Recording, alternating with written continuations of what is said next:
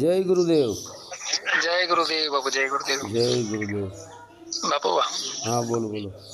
કમળના ફૂલ પર હા તળાવની અંદર એક બાળક મળ્યું, હા એ વાત સાચી હશે શું? હમ અને કોઈ પણ માણસ હોય એ મરી જાય તો એનું શરીર ન મળે અને ફૂલનો ઢગલો મળે, આ વાત કેટલી સાચી હદે હશે?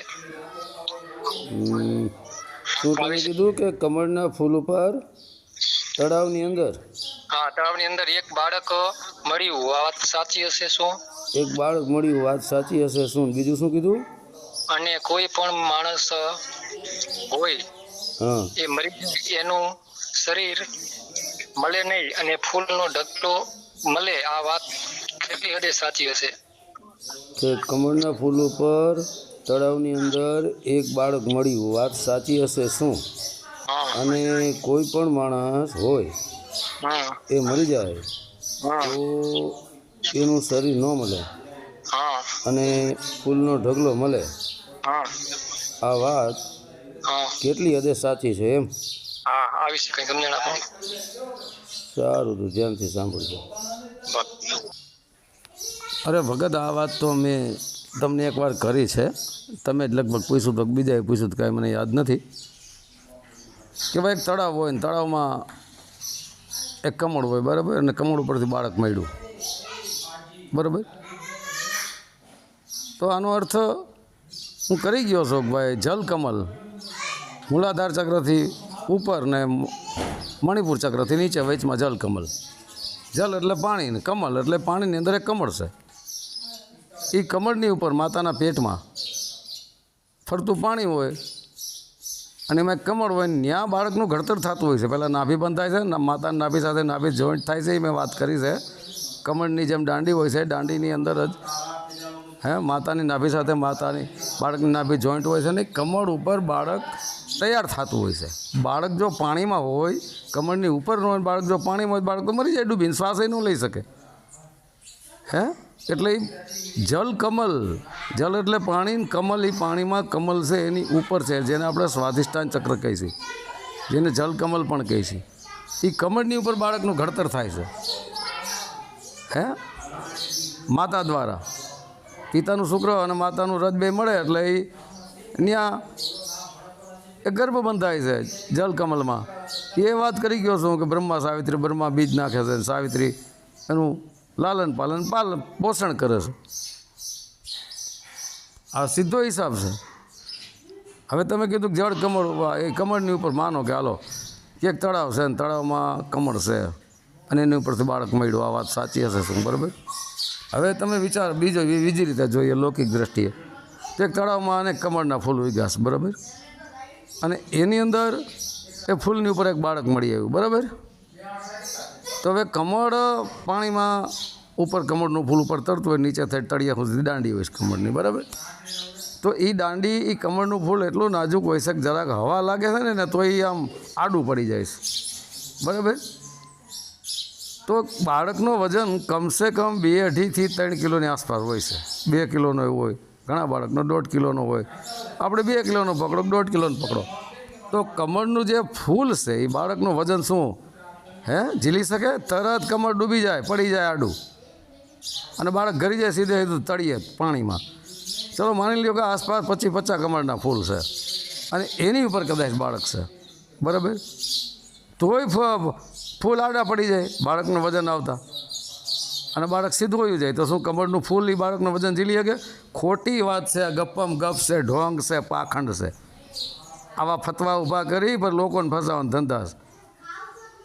કાંઈ ન થાય એમ. થોડું બાળક ફૂલમાંથી પ્રગટ થઈ જતું હોય તો નારીની જરૂરત જ શું છે? નારી લગ્ન કરવાની જરૂરત જ શું છે? ફૂલમાંથી જ છોકરાઓ ઉત્પન્ન માંડો કરવા? ઢોંગ પાખંડ છે, દુનિયાને ફસાવાના ધંધા. તું તમ તું લોલમ લોલ છે. આવા ખેલ કરીને દુનિયાને ફસાવાના ધંધા કરે છે, બીજું કાંઈ નથી. પછી તમે શું કીધું? બસ તમે કીધું કે કોઈ માણસ મરી જાય, બરાબર, અને એનું શરીર ન મળે અને ફૂલનો ઢગલો મળે, બરાબર. આ વાત એ ખોટી ઢોંગ પાખંડ છે. ફૂલનો ઢગલો મળે એ વાત સાચી, એમાં હું ના નથી કહેતો કે બાળક કોઈ પણ માણસ મરી જાય, આપણે જો કોઈ પણ માણસનું મૃત્યુ થઈ જાય એટલે આપણે એને કપડું ઓઢાડી દેતા હોઈએ છીએ, બરાબર, અને એનું મુખ ખુલ્લું રાખતા હોઈએ છીએ, કપડું ઓઢાડી દેતા હોઈએ છીએ, બરાબર, અને ઉત્તર દિશા તરફ તેનું આપણે માથું રાખીએ છીએ, પગ એના દક્ષિણ દિશા તરફ રાખતા હોઈએ છીએ, બરાબર, અને એની આંખો દક્ષિણ દિશા તરફ હોય, માથું એનું મતલબ એની આંખોની દૃષ્ટિ જે મૃતક શરીર છે એની દક્ષિણ દિશા તરફ હોય, ઉત્તર દિશા તરફ આપણે માથું હોય, એને આપણે ઉત્તર ક્રિયા કહીએ છીએ. જ્યારે શમશાને લઈ જાય છે આપણે ત્યારે પણ ઉત્તર ક્રિયા જ કરવામાં આવે, ત્યારે ઉત્તર દિશા તરફ જ એનું મસ્તક રાખવામાં આવે છે અને એનો અગ્નિ સંસ્કાર કરવામાં આવતો હોય, બરાબર. તો એવી જ રીતના જ્યારે શમશાનની અંદર મૃતક થયા પછી શરીરમાંથી આત્મા નીકળી ગયા પછી આપણે શમશાને લઈ જાય છે, બરાબર, પછી એની અંતિમ ક્રિયા કરી છે, અંતિમ વિધિ કરી છે, અગ્નિદાહ દઈ છે, બરાબર. પછી એનું શરીર નથી મળતું, કારણ કે શરીર સળગી ગયું ને આ ફૂલનો ઢગલો થઈ જાય છે. કયા ફૂલ?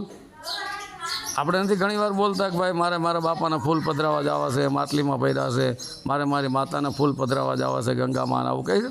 ફૂલ એટલે આપણી હડીઓ, આપણે હાડકા હોય એ ફૂલ કહેવાય છે, અને આપણે ફૂલની ઉપમા આપી એ ફૂલનો ઢગલો થઈ ગયો. ઓલા ગુલાબના કમળના એ ફૂલ ન સમજતા, એ તો ઢોંગ પાખંડ છે, આવી નવટંકી નાટક કરીને દુનિયાને ફસાવાનો ધંધા છે. હે તો જ પછી બારવાની જરૂર ક્યાં છે, માણસોને દફનાવવાની જરૂર ક્યાં છે? ફૂલના ઢગલા મંડો ને કરવા તો કામ તો આવે ફૂલ. માણસોને વાહિયાત વાતો છે, ગપ્પમ ગપ છે, ઢોંગ છે, પાખંડ છે, આવું ક્યાંય કોઈ દી ન થાય. આ પ્રકૃતિથી વિરુદ્ધ છે. પ્રકૃતિનો નિયમ છે કે જે જન્મે શરીર એ શરીરને મરવું પડે, બરાબર. જે શરીર આવે એ મરે, અને જે ખાઈ પીએ ને એને મરવું જ પડે, જે ખાઈ પીએ ને એને ન મરવું પડે. તો ખાતો પીતો નથી એવો તો પરમાત્મા જ છે. હે શરીર જે ધારણ કરે છે એ આત્મા છે. પરમાત્મા તો આત્માથી પણ ઉપર છે. હું ઘણા વડીઓ બોલું છું, સોહમ, જો તું સોહમ, બરાબર. સોહમ કે જે તમે છો તે જ હું છું, મતલબ એ પરમાત્મા તમારામાં અને મારા આત્મામાં કાંઈ ફરક નથી. જે તમે છો એ જ હું છું. પણ જ્યારે આત્મા જીવાત્મા મટીને શુદ્ધાત્મા બની જાય, શુદ્ધાત્મા એ જ પરમાત્મા, જેની અંદર એક પણ મેલ નહીં, એક પણ વિષય વાસનાનો. ઘણા ઓડિયો હું બોલી ચૂક્યો છું. 2 વર્ષ પહેલાં આપણે માતા ગંગા સતીનું વાણીનું ટાઇટલ મૂક્યું છે, એમાં પણ હું બોલ્યો છું. એમાં શું ટાઇટલ મૂક્યું છે કે પિંડ અને બ્રહ્માંડથી પર છે ગુરુ મારા પાનભાઈ, તેનો તમને દેખાડો દેશ ત્યાં નહીં માય. એટલે એ મેં ટાઇટલ મૂક્યું છે, પિંડ અને બ્રહ્માંડથી પર છે ગુરુ મારા પાનભાઈ. 2 વર્ષ પહેલાં ઓડિયો મૂક્યો. એમાં મેં આની વ્યાખ્યા કરેલી છે કે શુદ્ધાત્મા છે પરમાત્મા છે. શુદ્ધાત્માનો અર્થ છે જેની અંદર એક પણ વિષય વાસનાનો હોય, એ શુદ્ધાત્મા. અને આપણા દેહમાં જે આત્મા છે વિષય વાસના ફસાયેલો એટલે જીવાત્મા કહેવાય છે. એને મલિન આત્મા પણ કહેવાય છે. આવરણો ચડી ગયા છે, મેલ મલિન એટલે મેલ, એની માથે કામ, ક્રોધ, લોભ, મદ, મોહ, શબ્દ, સ્વર, રૂપ, રસના આવરણો ચડી ગયા છે, એટલે જીવાત્મા કહેવાય છે. અને શુદ્ધાત્મા એ પરમાત્મા છે. હવે આત્મા જે છે તમામ પ્રકારની આશા, ઈચ્છા, અપેક્ષાઓ ટોટલ વસ્તુ બંધ કરી દઈએ અને આત્મ અવસ્થાને પ્રાપ્ત કરી લઈએ અને શુદ્ધાત્મા બની જાય. એટલે શુદ્ધાત્મા એ જ પરમાત્મા. હે એ પરમાત્મા સ્વરૂપ થઈ જાય, એની સમાન દૃષ્ટિ બની જાય, સર્વવ્યાપકી થઈ જાય. બાકી આત્મા સર્વવ્યાપક નથી. શુદ્ધાત્મા પરમાત્મા એ સર્વવ્યાપક છે. કેટલા ઓડિયોમાં બોલ્યો છું શુદ્ધાત્મા, બરાબર. તો ભગત આવા ઢોંગ પાખંડમાં ન પડશો. માણસ મરી જાય ને એનો ફૂલનો ઢગલો થઈ જાય, ખોટી વાતું છે, બનાવટના ધંધા છે, દુનિયાને ફસાવાના ધંધા કોઈ દી ન થાય. એ પ્રકૃતિથી વિરુદ્ધ છે, પ્રકૃતિના સિદ્ધાંતથી વિરુદ્ધ છે. જન્મે એના શરીરને સળગાવવું જ પડે અથવા જમીનમાં દફનાવવું પડે, બરાબર. ફૂલના ઢગલાનો અર્થ છે એના જે હડીઓ બચી હાડકા એ છે, બરાબર. તો હવે જય ગુરુદેવ. સત્ય સનાતન ધર્મની જય.